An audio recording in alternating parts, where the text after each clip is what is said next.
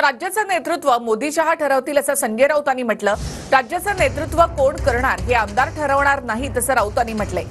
पंतप्रधान नरेंद्र मोदी आणि शहा मुख्यमंत्री पदाचा निर्णय घेतील असं केसरकर यांनी म्हटलं आहे आणि मोदी आणि शहांचा निर्णय सर्वांना मान्य असेल असंही दीपक केसरकर यांनी म्हटलंय।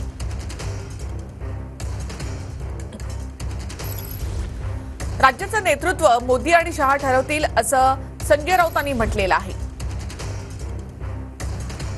आज संध्याकाळपर्यंत मुख्यमंत्री मिळेल महाराष्ट्राला याची अपेक्षा आम्ही करतो। जनतेला अपेक्षा नाही, पण आम्हाला असं वाटतं राज्याला एक नेतृत्व मिळावं। ते कोण आहे हे शेवटी दिल्लीचे अमित शहा किंवा नरेंद्र मोदीच ठरवतील। हे काय इकडले आमदार ठरवणार नाहीत।